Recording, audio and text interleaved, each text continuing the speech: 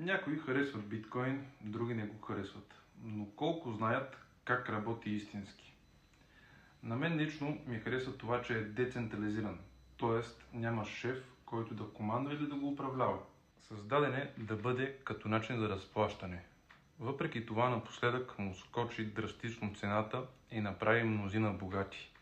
Въпреки че не е главната му цел, е факт, че дава възможност да се генерират приходи като трейдинг, копаене, холд или други начини.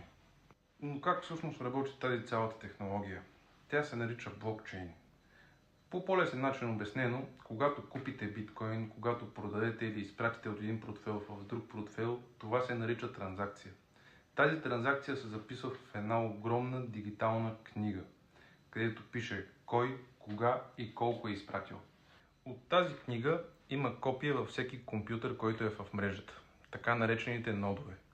Когато някой се опита да изтрие нещо или да промени нещо, всички останали го виждат, понеже имат своето копие. Така системата остава напълно прозрачна. Всички могат да видят какво се случва, но никой не може да промени абсолютно нищо.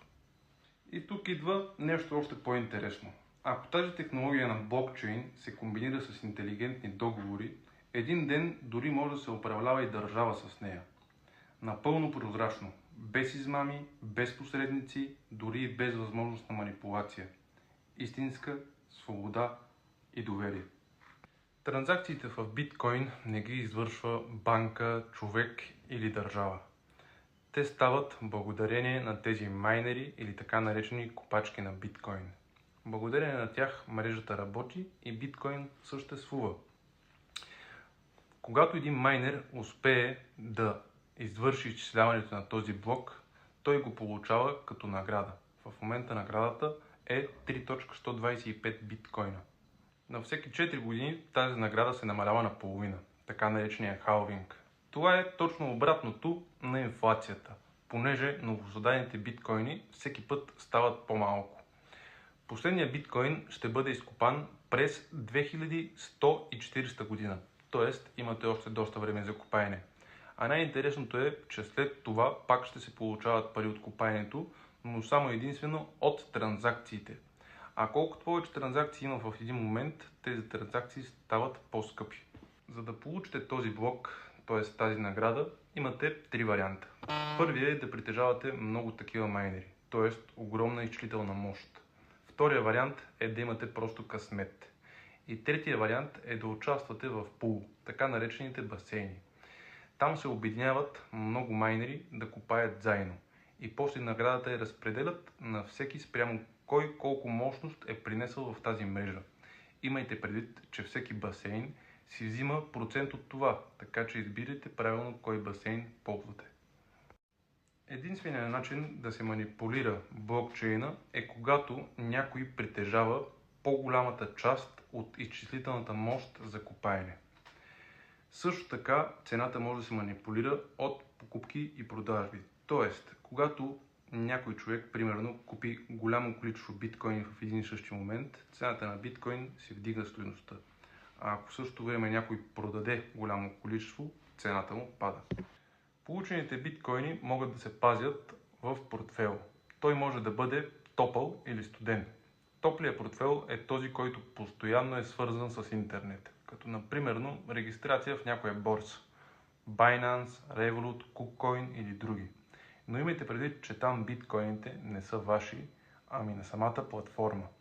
И носите риск от хакване, дори и от злоупотреба на самите управляващи. Другия вариант е студен портфейл. Това е най-сигурната опция. Може да бъде като примерно да си купите от Trezor, Ledger, дори да се направите сами. Там биткоините са само и единствено ваши и имате достъп до тях само чрез една парола от 12 или 24 думи на английски. Без нея няма достъп до тях. Когато биткоините са в студен портфейл, не принадлежат на конфискация, т.е. никой не може да ги конфискува. Нито банка, нито правителство, нито държава. Дори и Путин да дойде, не може да ги изкара тези биткоини и да ги продаде без тази парола. Освен това, когато изпращате биткоини, тази транзакция не може да я спре никой. Дори да е в съседния град, дори да е в другия край на света, транзакцията пристига за секунди и това е истинска свобода на финансите. Ако просто си купиш биткоин, получаваш точно колко си платил. Но ако си купиш майнер и му организираш ефтен ток или пълна автономност чрез фотоволтейци или други начини, след хикс време ще притежаваш по-голямо количество биткоини, отколкото ако само просто сте купили. Съвременните машини са все по-ефективни, т.е. с по-ниска консумация на ток имат доста по-голяма производителност, т.е. след плащане на сметки остава печалба. А да не забравяме топлината, понеже може да се оползотвори в отопление на къщи, на оранжери, дори и при водното охлаждане на басейни. При добива на криптовалути най-важното е цената на тока. Колкото по-евтин ток, по-голяма печалба остава. И също така стратегията на продажба. Тоест имайте предвид, че това, което сте генерирали, когато цената на биткоин скочи, струва повече. А това, което сте генерирали, когато цената на биткоин падне, струва по-малко. Имайте предвид, че не всички криптовалути са сигурни. Има някои проекти, които просто не продължават напред, има други, които са пълна измама и има трети, които са само мемета.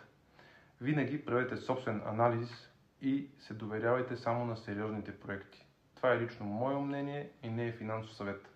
Важно е и устройството, с което работите. Когато ползвате биткоин, го правете с компютър или телефон, предназначен само за това. Не сваляйте излишни приложения и не влизайте в различни странички, да намалите риска за хакване. И ако искате да видите как се изгражда криптоферма от нулата, с цялата истина, с всички проблеми и решения и уникални комбинации, които водят до 100% ефективност, ни последвайте, оставете по един лайк, защото започваме поредицата на криптоферма от 0 до 100.